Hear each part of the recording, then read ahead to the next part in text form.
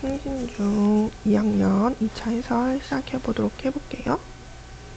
1번부터 보면은 한글의 창제의 가장 기본적인 건데, 일단 답은 4번이었습니다. 근데 여기 4번 니은하고 디귿이죠. 보면은 백성들도 쉽게 글을 읽고 쓸 수 있다. 우리 민족이 우리말에 맞는 고유 문자를 가지게 되었다. 이 두 개가 이제 답이 되는데, 각각의 근거를 찾아보게 되면은 먼저 첫 번째, 중국과 우리말이 달라서 통하지 아니한다. 이 부분이 디귿의 근거였고, 쉽게 익혀서 날마다 쓰는데 편안하게 하자, 이게 기억이었습니다. 리을이 이제 함정이었는데요. 보면은 되게 그럴듯한 답으로 표기가 되어 있어서 이거를 고를만 하지만 얘는 본문에 없었다. 그래서 답이 리을이 들어가면 안 되고 4번이었다 라고 생각을 하면 됩니다. 2번으로 넘어와서 우리나라 이제 모바일 자판에 대한 건데, 답은 4번. 어디가 잘못되었을까 라고 보면은 획주가 버튼을 통해서 자음자를 입력하는 거는 합성의 원리라고 하는데요. 일단 합성의 원리는 기본적으로 모음자에 해당하는 원리니까 여기에서 자음자가 들어가면 안 돼요. 자음자는 기본적으로 상형 그리고 가획의 원리를 쓰는 거를 기억을 하면 되겠습니다. 3번 컴퓨터 자판으로 한글과 한자를 입력하는 방식에 대해서 적절한 거. 일단 답은 3번인데, 여기서 보면은 한자는 컴퓨터 자판으로 문자를 입력하는 속도가 느린데요. 그 이유가 바로 4번에 적혀 있습니다. 먼저 소리나 이런 것들을 활용해서 글자를 찾고 다시 이거를 변환을 해서 입력을 해야 되기 때문에 한자 같은 경우에는 입력하는 속도가 더 느릴 수밖에 없는 거죠. 그렇기 때문에 이런 디지털 세상에서 한글이 더 경쟁력이 있다라고 봅니다. 4번도 앞에서부터 정신을 먼저 정리하면 우리가 중국하고 다르다라고 하는 자주정신, 그 다음에 서로 통하지 않아서 백성들이 답답해해서 내가 만들었다는 애민정신, 새로 28자를 만들었다라고 하는 글자를 만드는 창조정신, 날마다 잘 씁시다 라고 하는 실용정신, 이렇게 해당이 되고, 요게 매칭이 되는 답은 2번이었습니다. 같은 문제니까 5번도 금방 보면은 자주정신이라고 볼 수 있겠죠. 다음 6번으로 넘어가서 이제 보게 되면은 훈민정음은 창제한 사람이 세종대왕님으로 밝혀져 있고, 한글에 대한 해설을 담은 책의 제목이기도, 그래서 책의 제목이기도 하고, 이때 당시에 우리의 글자 이름이기도 했는데요. 근데 지금 현재 우리가 부르는 한글이라고 하는 이름은 주시경 선생이 붙인 이름입니다. 그래서 이때부터 우리가 이제 다시 한글이라고 부르기 시작을 했어요. 헷갈리지 않게 기억해두면 좋겠죠? 7번 좋은 위치와 관련된 자음자를 만든 원리와 매칭시켜 볼게요. 일단 1번은 답이고, 이를 본떠서 만들면 시옷, 목구멍을 본떠서 만들면 이응, 혓뿌리가 목구멍을 막으면 기역, 입술을 본떠서 만들면 미음, 이렇게 제자 원리를 볼 수 있겠어요. 다음 자음자에 관한 설명으로 봐야 되는데, 답이 4번이거든요. 기억을 보도록 해봅시다. 그래서 보면은 이게 함정이었어. 입의 모양을 본떠서 만들었다. 왜냐면은 얘 다 미음에서 만들어진 글자들이잖아. 그렇기 때문에 함정이었는데, 모양을 본떠서 라고 하는 말 자체가 상형의 원리에 대해서 물어본 거야. 근데 입의 모양을 본떠서 만든 거는 미음밖에 없는 거죠. 그러니까 여기서 보면은 비읍이나 피읍은 가획의 원리로 만들어지게 된 거고, 심지어 쌍비읍은 병석라고 하는 거에 해당이 됩니다. 그렇기 때문에 입술 모양을 본떠서 만들었다라고 하는 거는 오로지 미음만 되고요. 그리고 이 병선은 28장에 포함이 안 되기 때문에 답은 4번입니다. 자, 그리고 9번으로 넘어와서 9번의 답은 5번인데요. 입모양이 동일하다면은 비슷한 모양을 가져야 되는데 전혀 다르죠? 시옷은 일단 입술이고요. 비읍은 입술 기본자인 미음에 가획의 원리가 추가가 된 것이기 때문에 모양이 동일할 수가 없었죠. 픽토그램은 저번에 보았기 때문에 본문을 넘어가도록 해볼게요. 그래서 여기서 보면은 유의할 점이라고 하는데 유의할 점이라고 하는 거는 주의할 점. 근데 그런 부분은 없었기 때문에 답은 C인데요. 나머지를 좀 살펴보면은 픽토그램의 뜻에 대해서 물어보는 부분은 여기 부분이야. 여기가 픽토그램의 뜻 또는 뭐 개념, 정의 이렇게도 보는데요. 그 앞에 있는 부분은 픽토그램의 어원을 말을 하는 부분이거든요. 그러니까 두 개를 잘 구별을 해서 이야기를 해봐야 됩니다. 그리고 오늘날 중요해진 까닭을 이제 보게 되면은 국적과 언어에 관계없이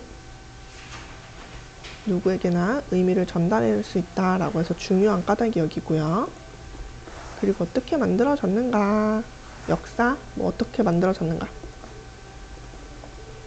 이 부분은 그 다음 문단에 있게 되는 거죠. 그리고 픽토그램에 대해서 어떤 방향으로 흘러가는지를 보게 되면은 이제 여기서 보면은 픽토그램은 감성을 담고 있는 경우가 많고 그래서 문화를 뛰어넘어서 의미를 전해주는 이런 거라서 중요하다라고 하는 어떤 방향, 최근의 경향을 이제 보여주게 되는 거죠. 그래서 답은 3번이었습니다. 11번은 우리가 학습활동에서도 다뤘던 그런 유형인 거죠. 원래는 올림픽 개최 연도 순서대로 다 제시를 하려고 했는데 청중이 쉽게 이해할 수 있는 것으로 몇 가지만 선별해서 제시하는 걸로 바뀌었습니다. 너무 많은 정보를 주어도 오히려 청중이 헷갈릴 수 있기 때문에 핵심 정보를 전달하는 3번이 답이 되었고요. 제시문 다 부분, 여기는 제시문의 마지막 부분으로 정리하는 부분이 됩니다. 그렇기 때문에 발표 내용을 정리하고 있고 핵심 내용을 강조하는 역할이라는 거 같이 체크하면 되겠어요. 자, 담화 답은 일단 5번인데 왜냐하면 담화라고 하는 것 자체가 1, 2번에서 보는 것처럼 발화의 연속인데 우리가 토의 토론할 때 발화의 연속일 수밖에 없어. 내가 말하고 너가 말하고 상대방이 말하면 또 내가 대답을 해야 되고 이렇게 의견을 주고받아야 되기 때문에 발화가 연속될 수밖에 없는 담화입니다.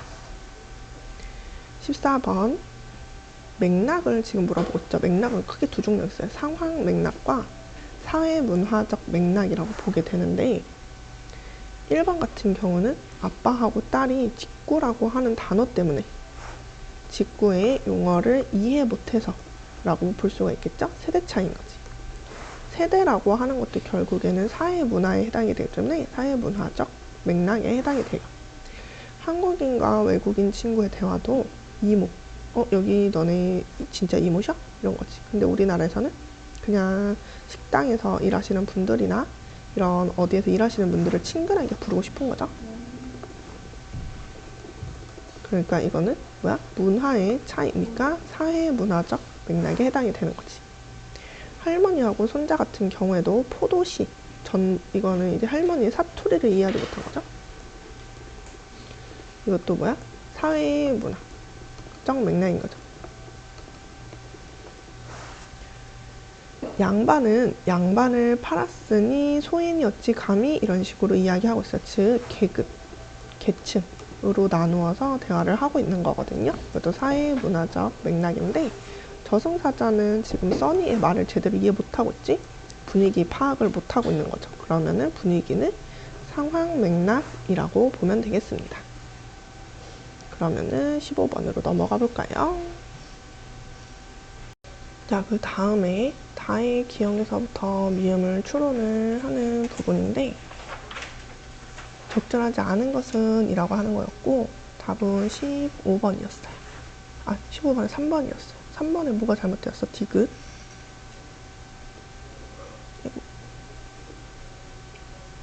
너 봄감자가 맛있단다. 이 의미가 뭘까?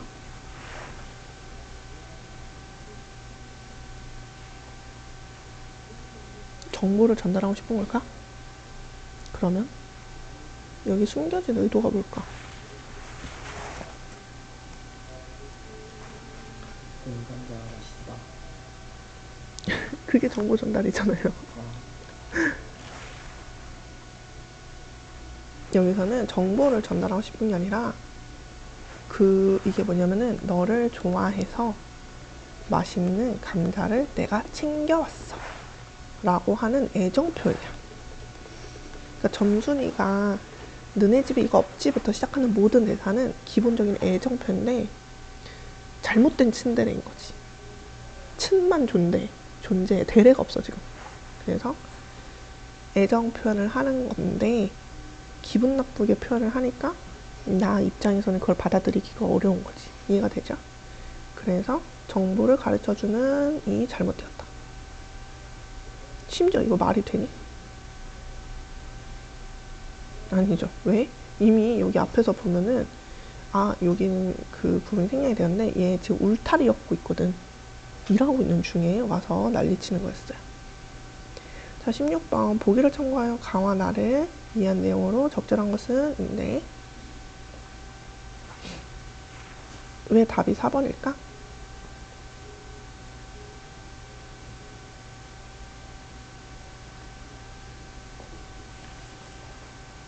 나의 담화는 아까 전에 아빠와 딸이었는데 이게 사회문화적 맥락이었지. 응? 근데 이거는 직구라고 하는 단어를 이해하지 못했다는 게 포인트잖아. 맞죠? 응? 근데 B에서도 지금 보게 되면은 무슨 말 때문에 이해를 못하고 있어? 내일 생일인데 생선 주실 거죠? 했더니 할아버지는 생일 선물이 아니라 피쉬로 이해를 하고 있는 거지. 그래서 이것도 뭐야? 줄임말을 손자가 줄임말을 써서 이해 못했어. 그치? 그러니까 줄임말이라고 하는 거는 세대에 따라서 달라지는 거니까 세대니까 역시 사회문화적 맥락이 되는 거죠. 그래서 4번이 적절하다. 그럼 가는 뭐 때문에 지금 이렇게 대화가 안 되는 거야? 사회문화적 맥락일까? 상황 맥락일까?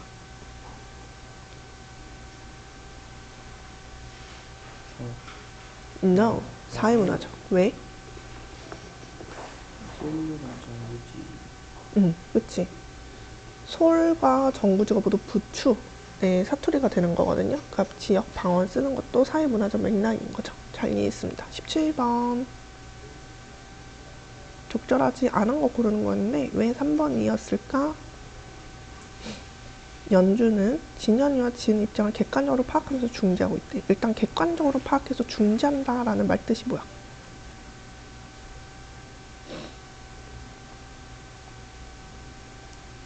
서로의 잘잘못을 잘 따져서 가운데에서 이렇다 저렇다 둘이 화해해 이렇게 하고 있는 거지. 근데 연주 말투 한번 볼게. 여기 한번 읽어볼래? 야, 여기서 지금 지은이 부모님 얘기는 왜 하니? 너는 그렇게 말하고 싶니? 내가 보기에 정말 문제 있는 건 너야. 말투 어때? 지금 싸움을 말리고 있어? 싸움을 같이 하고 있어? 같이 싸우고 있어. 그렇기 때문에 객관적으로 파악해서 중재하고 있다라는 말이 다 안 어울리게 되는 거지. 이해될까요? 응. 18번 다음 몇 번?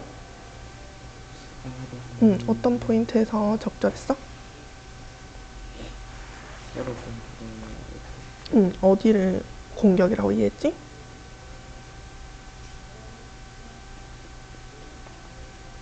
전체가 맞아. 근데 여기서 보면은 막 형 같은 경우는 아우 탓을 하고 있고, 아우는 아니요, 나랑 같이 하고 있는데 형이 그냥 내가 동생이라서 이기고 싶은 거잖아, 이런 식으로 서로 비난하고 있는 거죠. 잘 보았고, 자, 그 다음 페이지 넘어가 보자. 19번 페이지 넘겨서 19번의 답은 5번이에요. 자, 근데 이거는 나머지를 좀 같이 고쳤으면 좋겠어. 알겠지? 이 영화나 드라마를 위한 대본을 우리가 뭐라 부르냐면 시나리오라고 불러. 뭐라 부른다고? 근데 우리 거는 시나리오일까 아닐까? 우리 건 아니야. 우리는 연극 대본. 얘는 희곡이라고 불러. 적어볼까요? 우리는 연극 대본이다. 시나리오가 있으면 씬넘버라고 해가지고 S샵 몇 번 어디 이런 식으로 시 공간이 장면마다 다 제시가 돼야 돼. 왜냐면 카메라로 그걸 찍어야 되니까. 자, 그리고 2번으로 넘어가서 2번 같은 경우는 발단, 전개, 위기, 절정, 결말은 소설이야. 얘는 소설이고, 그러면은 이렇게 대본은 어떠냐면 희곡은 발단, 전개, 절정, 하강, 대단원이라고 불러. 조금 달라. 발단, 전개까지는 같은데 절정, 하강, 대단원이라고 부르니까 용어를 같이 기억을 해주자.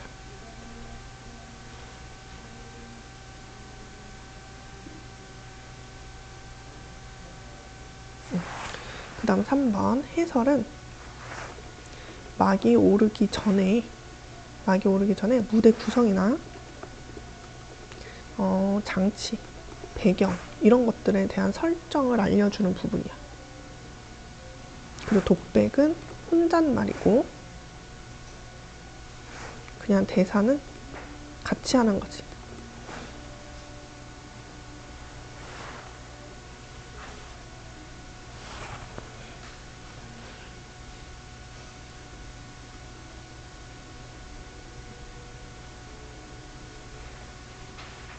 자, 20번의 답은 4번인데 어떤 것 때문에 잘못되었죠?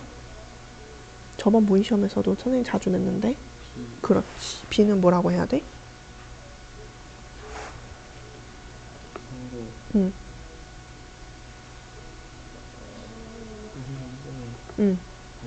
그렇지. 반성이라는 말 잘 했어요. B는 반성하는 포인트였습니다. 자, 그 다음 21번에 적절하지 않은 거. 이거는 고민할 필요도 없지. 측량기사는 긍정인물이야, 부정인물이야? 그치, 부정인물이니까. 달래고 있다. 안전을 걱정하는 거 이런 거 다 너무 안 어울리고. 22번에 그렇지. 우리 여기서 형제는 남과 북, 그리고 그 사이에 있는 뭐 줄, 벽 이런 것들은 다 38선이나 휴전선 이런 것들을 의미하게 되는 거였죠. 근데 마지막에 어떻게 돼? 민들레꽃을 생각을 하면서 우리 화해하자 되는 거잖아. 그러니까 거기서도 보면 아직 안 했어. 근데 이 벽을 같이 허물자 해서 끝났어. 우리도 어떻게 해야 돼? 허물자 하면 된다는 거지. 아직 허물지 않았어. 소설 속에서도, 아니, 작품 속에서도 허물기 전이었어요. 자, 23번 가보도록 해볼게요. 23번은 이제 여기서 같이 적어둘게. 갈등의 실마리 등장. 이고 우리가 이걸 뭐라고 하냐면 하강이라고 불러. 그래서 답이 3번이야. 이거는 선생님 틀리라고 낸 문제인데 아주 잘 골랐어요. 자, 그리고 24번. 지금 누가 문제죠? 24번에 누가 문제였어? 지원이 상대의 말을 깊이 있게 이해하지 않고 비난하고 있다고 하네. 지원의 이야기 보면은 형제가 없으면 좋겠다고 생각하는 건 도덕적으로 문제가 있어. 어떻게 그런 생각을 해? 너무 무섭다 라고 하는 거죠. 왜 친구가 그런 생각을 했는지 구체적으로 파악해보고 나서 말해도 늦지 않은데 그냥 듣자마자 공격적인 반응을 하고 있어요. 그러면은 당연히 잘못되었다. 여기까지 되었나요? 좋습니다. 박수.